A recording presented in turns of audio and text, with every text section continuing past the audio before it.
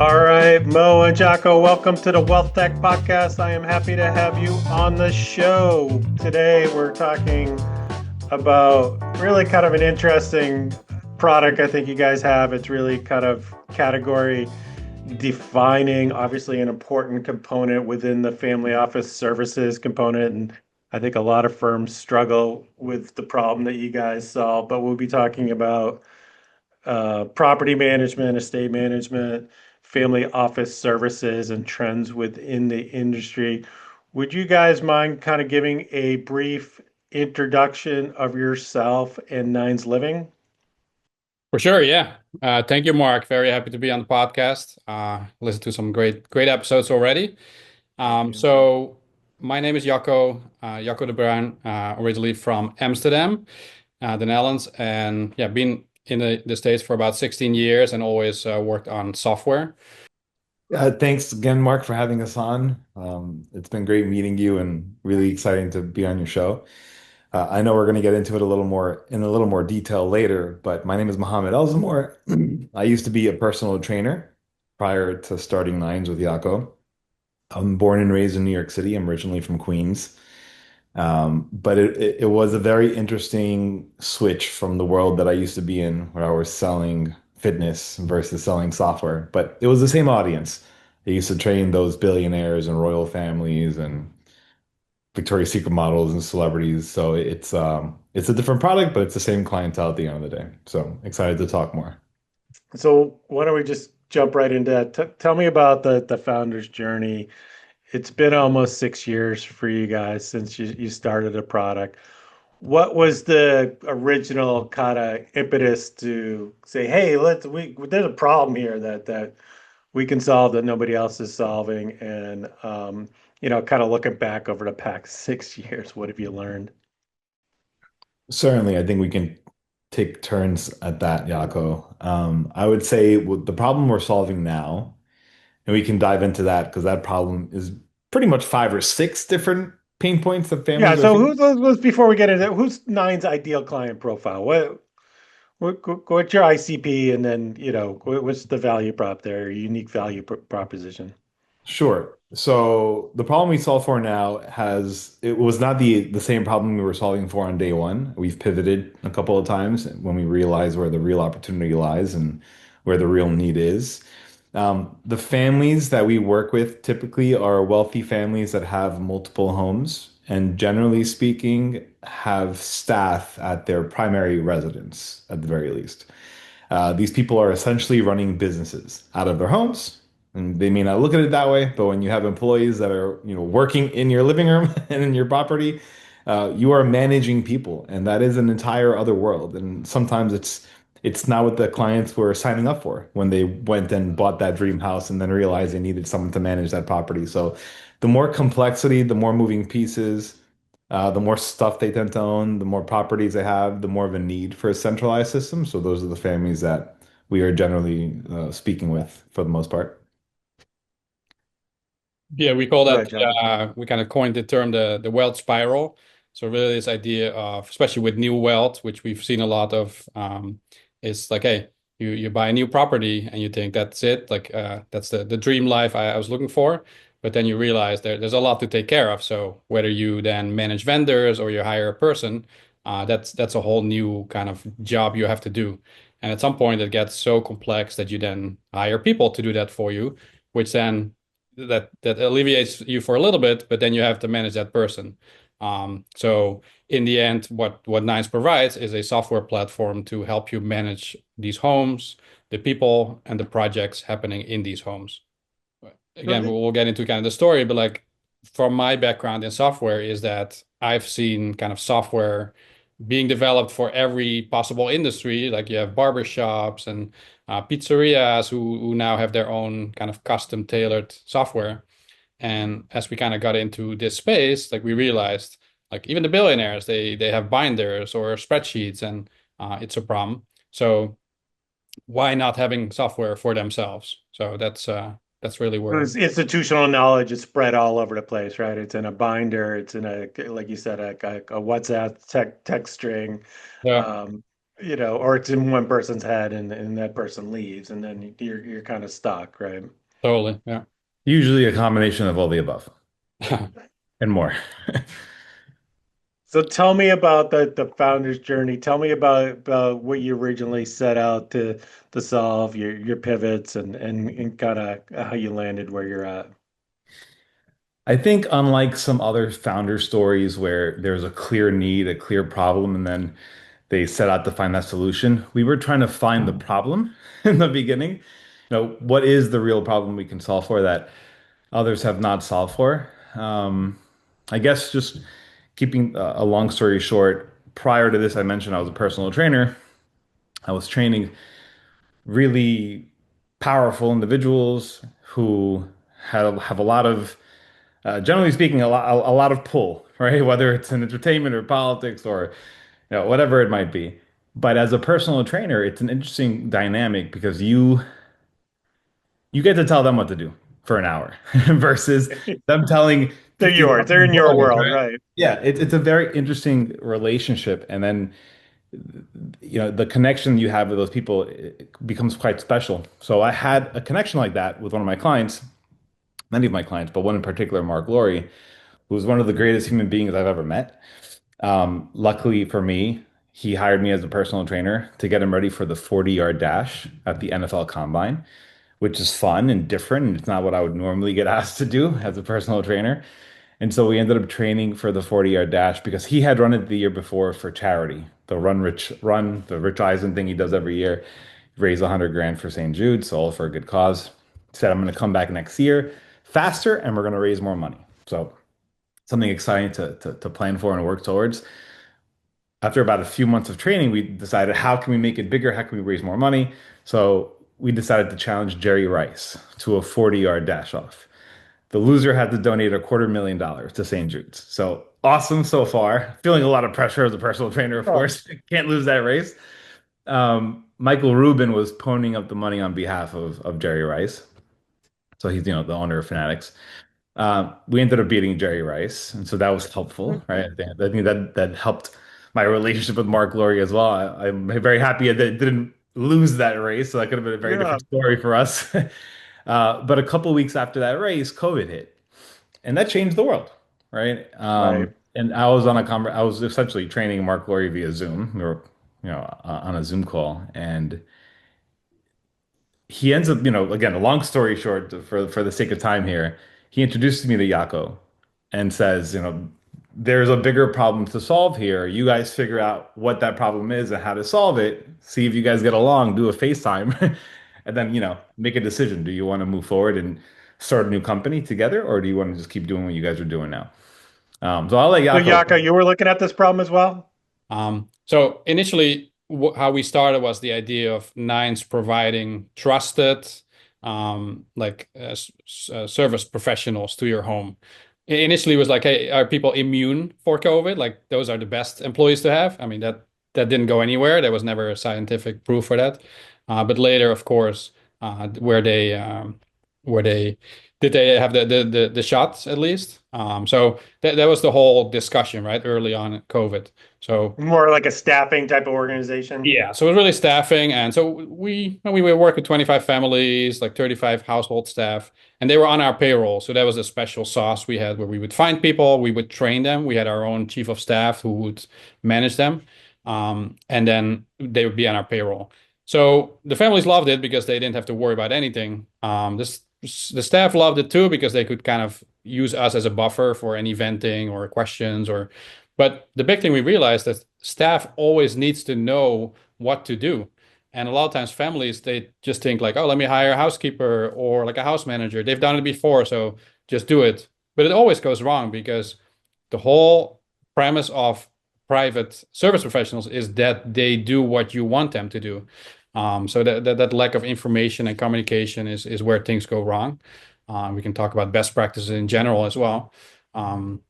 So that was going well, but then we quickly realized that this doesn't scale. There's always problems. We're not in the house. We don't know what's going on. But again, the bigger issue we identified is that there's a lack of information in these households. People don't know where to find it. Like we couldn't figure it out. Like the family couldn't tell us. You were So living it because you had that these people were your people and that you had to yeah. solve that problem. So Yeah. suddenly we knew what the problem was. That's pretty much the end of the story. Like we were living the problem, even though we were not Yeah. billionaires ourselves, but we had kind of staff to manage. As well. Uh, What are some of the kind of common pain points and operational challenges that clients are coming to you with? And then also, what are some kind of best practices that you guys have kind of seen work over time? I'd say the pain points, and I do most of the demos, so I hear them every day over and over again. So the five or six that I hear most often, the one that's the most obvious, it's the lowest hanging fruit for us to solve for. And Yako already spoke about it. The way I like to sum it up in one sentence, even billionaires are using binders to manage their homes. That was the aha moment. That was there's got to be a better way. That doesn't make any sense. Like almost like an Um, Airbnb, right? They got a binder just yeah, it's like yeah.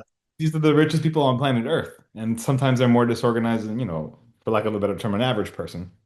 So the idea was, well, let's get everything off of the binders, spreadsheets, Word documents, notes on your phone, text messages, WhatsApp, Dropbox, and I can just keep going on, and get as much of that information into one place that's easy to use, that's secure, that's literally built for the space. You're not taking something and trying to make it work for a space it's not meant for.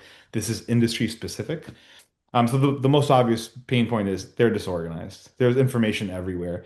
It makes the challenging job of managing these large, complex properties 10 times more challenging when you don't even know where to look for the information you need. That's a terrible foundation to have to work off of, especially if you're onboarding new people. They're winging it the first 10 months they're working there. You're never going to get the best version of that person. You might even burn them out. So that's another piece. How do you onboard people successfully? So that's one big piece. Continuity or lack thereof is a massive pain point. I've gotten calls from principals literally crying because their house manager or their housekeeper quit and they don't even know when the garbage goes out. They've lost all of their institutional knowledge in that person's brain when it walked out the door. The stress from losing a person, or for whatever reason, they quit, they retire, you fire them. That's not fun in any industry. It's especially painful in private service because companies are better prepared for turnover. Another big pain point is insurance. So a lot of clients don't know what they own. They don't know where it's currently located. Nines is considered a best practice in the ultra high net worth insurance world because we take it a step further. You could see how you're maintaining your stuff as well, and insurance companies love that. Another thing is there's usually more miscommunication than there should be between the principals and their staff. And this could be really stressful for both, right? For both parties involved.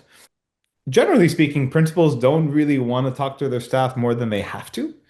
And so a lot of times they don't want to have to follow up with you to see if you did the job that they asked you to do 3 days ago. Like close the loop, please. So those are the ones that obviously some families are going to feel pain point A more than B. But generally speaking, they're all pretty disorganized, and that's going to cause a lot of problems in and of itself. Yeah, no, in terms of best practice, I think the overarching idea is like being more proactive than reactive, right? That's the big thing. And once you're reactive, you're too late. There's a problem in the household, and the principals, the family, they're feeling it extra, right? It's in their house. They're living it day to day. Yeah. It's This is not, very personal, right? This is a yeah, very intimate type of situation. yeah, and it's not just numbers on a spreadsheet or something. Like this is they're Right. living it. So being proactive and to be proactive, a big thing is documenting everything, right? And whether you do that in Nines or somewhere else, but like have a centralized location to document everything. Like when a vendor comes and they do something, like make a note of it and log these kind of things because there's a chance that other people will be involved soon, or there's turnover, or somebody else has to pick it up. So that's important. Making sure you have these kind of protocols and kind of checklists on things. Again, these people work there because they're trying to help the family live the life they want to live. So the family should communicate what they're looking for, and they should write that down. Not just like a job description when somebody joins the family, but also specifically like, hey, in this room we want the temperature this way, or when we go to our second like vacation home, these are the things we want to make sure are double checked and are ready for us to go because we're here. We paid $10 million for this house, but we're only there for a Yeah. week every year. we want to make sure that we can enjoy that when we get there and not have to worry about all the different things. Yeah, I used to work for a bill payment providing software, and the last thing that you want to do is get a call from the family that's in the Vail home, and the kids can't watch Nickelodeon, right? That's Oh, that's not a call you want to have. You want to be much more proactive than that. it's always just light bulbs and the streaming subscription and maybe the gate code, things like that.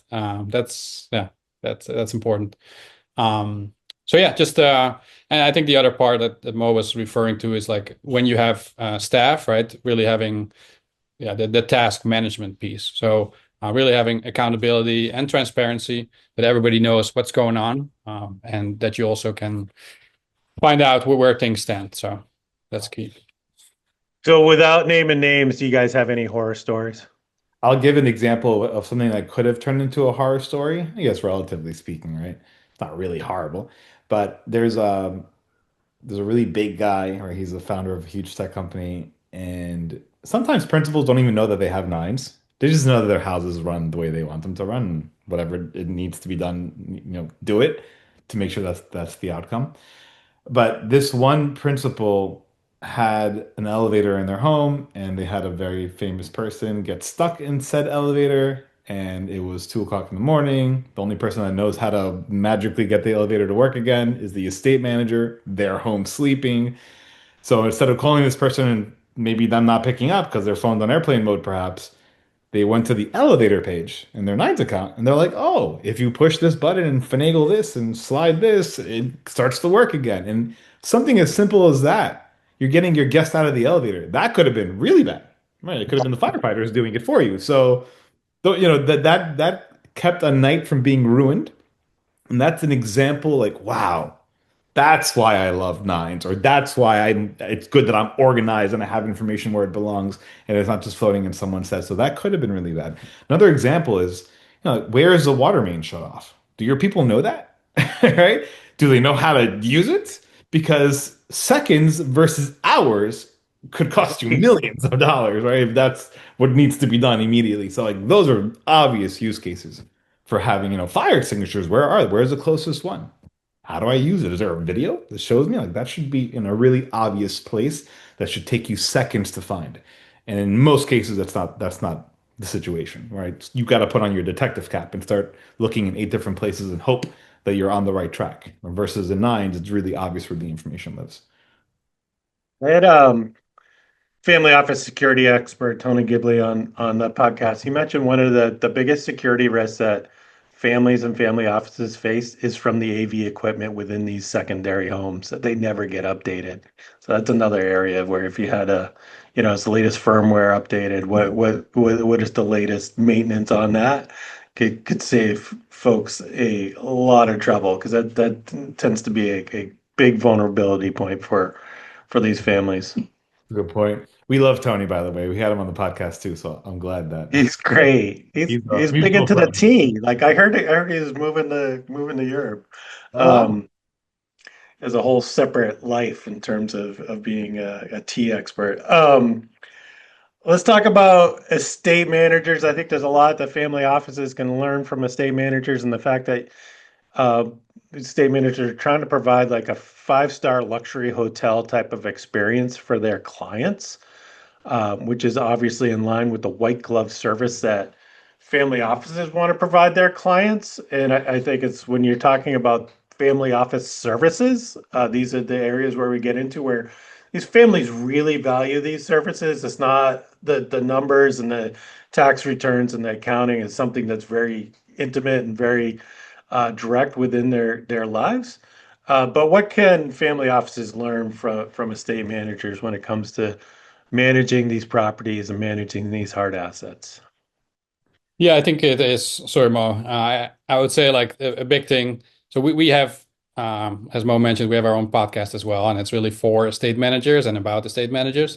So we hear all their stories and their strengths, superpowers, and best practices. And I would say it goes back to this idea of like being proactive, right?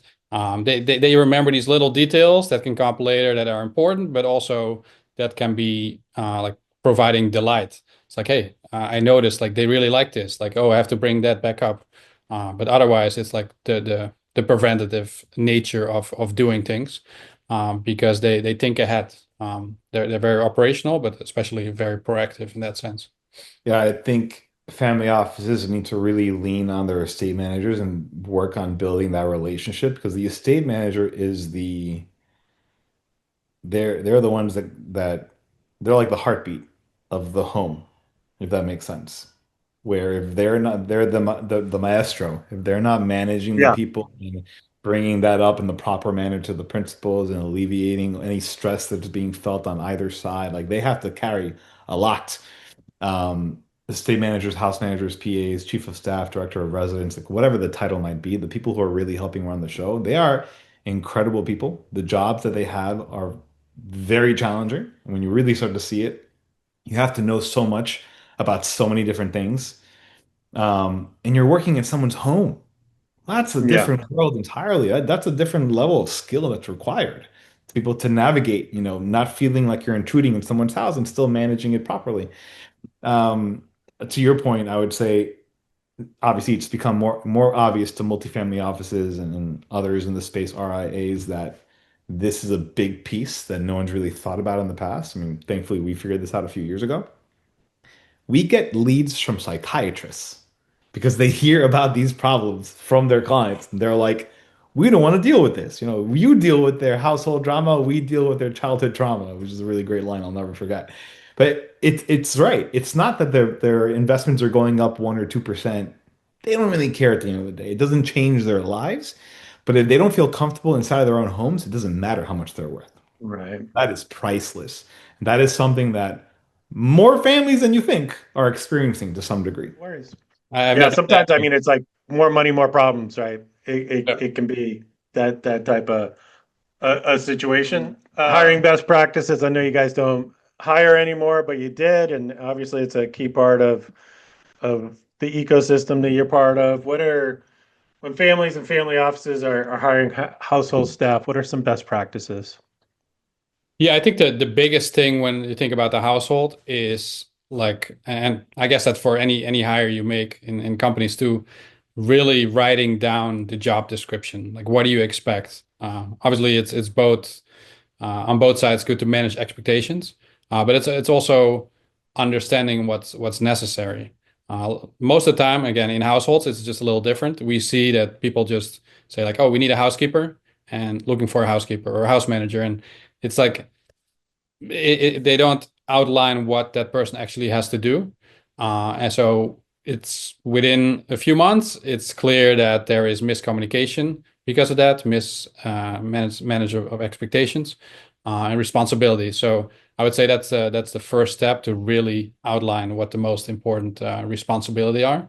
But I think the other part, again, what different for household is that they're in your home. So you really have to, I think, look at the person emotional intelligence, like that aspect of somebody's skill set. But also, how do you get along with them? They don't have to be your best friend, but there has to be some kind of like basis where you feel like, okay, we're gonna be okay together in more intense situations. And I would say a couple of things. I would say be realistic.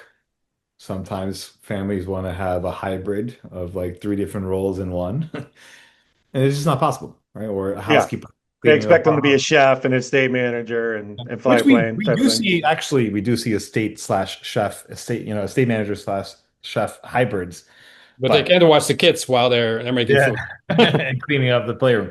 So Talented person. yeah, absolutely. Speak to someone, speak to an expert who can help say, all right, because generally speaking, 4,500 feet, every 4,500 feet, square feet, that's one housekeeper, right? There's guidelines that you can go off of that are best practices that I think would be helpful when building that job description. I would say when you're meeting or when you're beginning to develop that relationship with the employee, you have to internally determine where you will draw the line and then stick to that line. Because sometimes you become buddy buddy, right? And you let that person in, and then you're like, oh, that was too much. And then you push them out, and now you're creating miscommunication, and it's weird, but you're sending mixed signals. The employee doesn't know where the line is unless you set the line. Yeah. And They might lose their job for stepping over the line at some point down the road or down the line. But that's because you didn't make it very clear from day one. I think sometimes principals also like they make it very clear they don't want to see you in their house. Like you do everything else when I'm not around. I walk into the room, go somewhere else. You know, maybe that works, but it's clear at least. They know Yeah. what's expected of them. There's no miscommunication there. So I think not sending mixed signals from how you want to be approached or not approached could be something that could be really helpful if you were to avoid. I think the last one that kind of nines like that's our premise that we're built on is like supporting these people with tools, with like personal development, because that's not happening in this space. Again, it's a different type of job, but it should be because these people a lot of times they're hired for trust and not expertise, right? Like it's somebody's family member or friend, or Right. they were a great nanny. Now they have to manage all of our properties. You should be able to give them some like training and other things so they can help you because otherwise, yeah, it's not good for either one in the end. So That's a really important point that Yako brought up. Uh, they'll also hire for a skill set and then promote for trust. So yeah, you sounded and looked like a great nanny, but now the kids are older. We really love you. We want to keep you around. We want to give you something to do. You're capable. You're competent. Let's give you more responsibility. You're the estate manager. That's great, except that person doesn't know a lick about managing estate luxury properties. What now this is a very interesting situation because you're setting not only are you setting that person up for failure because they don't really know what to do, more importantly, you're setting up the relationship for failure. The reason why that is so important is because that could turn in, if it goes downhill for long enough, that could turn into a lawsuit with someone who knows everything about you being on the other side of that lawsuit. And we've seen it, right? Unfortunately, there's been too many stories of that happening, right? In the newspapers even. That's the last thing you want. And you would never think that promoting this person to another job and giving them an opportunity could eventually lead to that. But if you don't have Yeah. the steps in place to help support them in this new position, that might be where it goes ultimately. And being able to connect those dots and see, oh, well, then how do I make sure that doesn't happen? How do I make sure that the scenario that I do want to happen, them being an estate manager and growing and feeling content and learning new things and being good at what they do, that's not going to happen by itself or automatically. You have to set that up. So for that reason, obviously we do software. We have a community for estate managers. We have a podcast. We also have workshops because we realize how do you fill those gaps of knowledge to avoid a situation like that from happening. So now we have all these types of workshops that could be helpful. And obviously you don't have to come to Nines for that, but I think continuing education for people in this space is so important because, as Yako said, that doesn't usually exist in private service. And just for the sake of them feeling like they're growing, that is huge for any human being, right? In any position. Right. I think that's great. I think those are common scenarios where trust is so important with these families and family offices that it's a key part of the job description. But how do you take somebody that's been trusted, is trusted, and help them evolve to continue to meet the needs of the family as well as their own personal development, be the best version of themselves.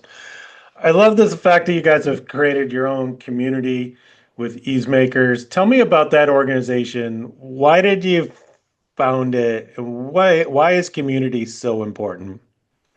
Sure. So we started Easemakers a couple of months after we had pivoted to software. And while our engineers were building out the software, at least the first, MVP, if you will, we were thinking, what else does this audience need? And we weren't necessarily talking about the principals themselves. We were talking about the would-be power users in our software, the estate managers. And we realized that after speaking to so many of them, they are very lonely people because it's a very isolating industry. Like even their own friends and family don't fully understand what they do, and they can't even tell them what they do in many cases because it's so private. The clients that they work for are so private. I once spoke to an estate manager that didn't know what an estate manager was. I'm like, you're an estate manager. All those hats you're wearing, that makes you an estate Yeah, manager. So it's like not even knowing that the industry exists and yet being in it for multiple years, like that is wild. You don't hear that about other industries. So we realized this industry, it lacked community and it needed to have its own voice. So we started Easemakers. It's called Easemakers because they make ease for their principals. Our it's a great tagline is name. live with ease, obviously. So I think it was very important for us to do that. they love the community because they go there to share ideas and to ask for vendor recommendations. You know, like my principal's going to Paris tomorrow. I gotta find tickets to X, Y, and Z. Can somebody help?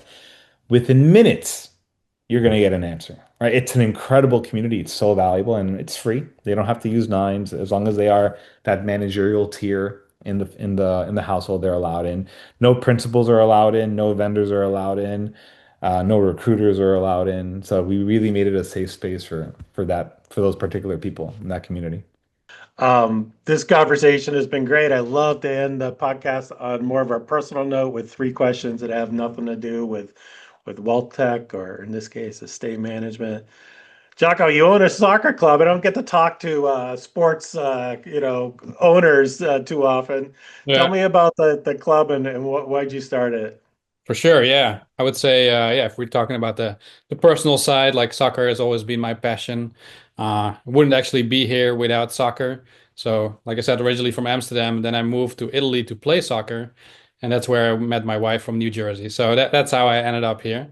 And yeah, just being from Europe, like every town has their own kind of soccer team, and then different towns play Sure. against each other on a Sunday, like the whole town comes out, and it's kind of like the social hub where people come together.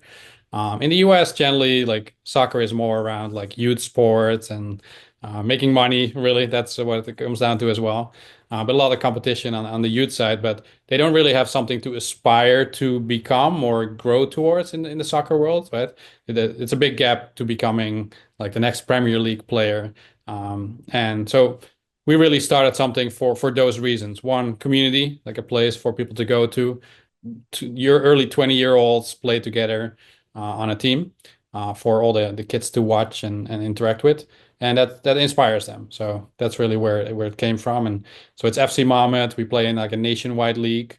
So it's kind of like a semi-pro level. So it's fun. Nice. I know soccer, people have been saying, oh, soccer is going to take hold in America, and they've been saying it for 30 years, but Yeah. I think it's finally is. I think women's soccer in particular, NWSL, I think is one of the most competitive leagues out there. I think it's Yeah. a great product. I enjoy the product better than the men's product sometimes. There's not as much flopping, that's for sure. Um, Yeah. Mohammed, you are a personal trainer, which I think is just really interesting background. What do you miss about it? Well, I'm very grateful and I feel very blessed that I got to do what I did for so long. What I missed about it is I got to hang out with people one on one, but I enjoyed the people aspect more, like getting to know them, knowing what their goals are outside of getting a six pack and losing weight. You know, what else do you want to Yeah. accomplish? Like that, that's what juices me at the end of the day. And to be able to get to a very vulnerable place with so many awesome, and in my case, sometimes very hard to reach individuals was exciting and unique. I would never take it for granted. Also, because of the places I worked, the Four Seasons, the Ritz-Carlton, the Core Club, you know, different billionaire spots, I was able to really put together a very nice Rolodex. So, like, I know some really incredible people who have been extremely helpful in my journey, um, such as Mark Laurie, which, fun fact, Mark Laurie also owns a team.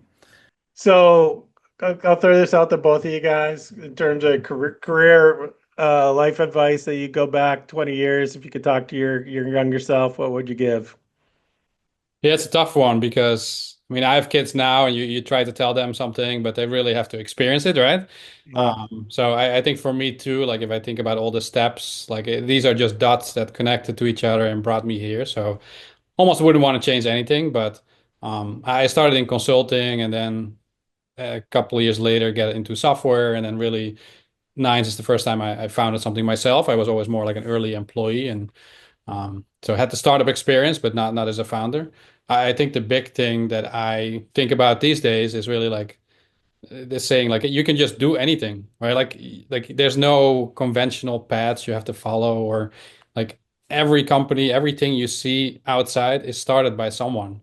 So especially when you're younger, like you should just take some risk and try some things. And so yeah, I would say just do it. That's the slogan. I think you can just come up with something and try it out and go for it. And before you know, you have this company in like a wealth tech space that I never thought about. So I read a book called The Secret when I was 21, and that changed my life because it really changed the way I perceived the world and what's possible. So if I had to go back and tell my younger self anything, I would say lead with gratitude. Obstacles are stepping stones, and never ever stop. Because there have been moments where, the whole idea of The Secret is you have to visualize what you want and you have to feel it as though it's true already, and you work towards it. And at some point, things will line up and miracles happen. Which you could say almost was, how Nines was born, how Yaku and I met each other. Like we weren't working towards that, and yet it happened, and it was better than anything I could have imagined. And so sometimes you think you know what you want, but something better is around the corner. Uh, don't be let down when doors close. It means a bigger door is opening. So lots of different ways of saying the same thing. Stay positive, work towards your goal, and expect great things to happen. Yeah, what's that saying they say about luck? Luck is, you're luckier the harder you work, Yeah. type of Yeah. You scenario. create your luck, ultimately. Yeah. Right, right. Really. And I do think there's a lot to learn from failure. One of the things I love about youth sports, I was a youth sports soccer coach for a long time, is that you get to experience failure without tragedy. And I think too often you see a lot of parents try to shield their children from failure. And I think failure is an important part of it. You certainly learn a lot more sometimes from failure than you Yeah. do your successes, Totally. and to embrace it and to pick yourself up, right? So Yeah. this has been fantastic, gentlemen. What a great conversation. It's really kind of a lot different than the conversation I normally have, and it's part of what I love it. I really appreciate you guys coming on the podcast. Thanks, Mark. This Thank has you, been Mark. awesome. This was Appreciate fun. it. Good stuff.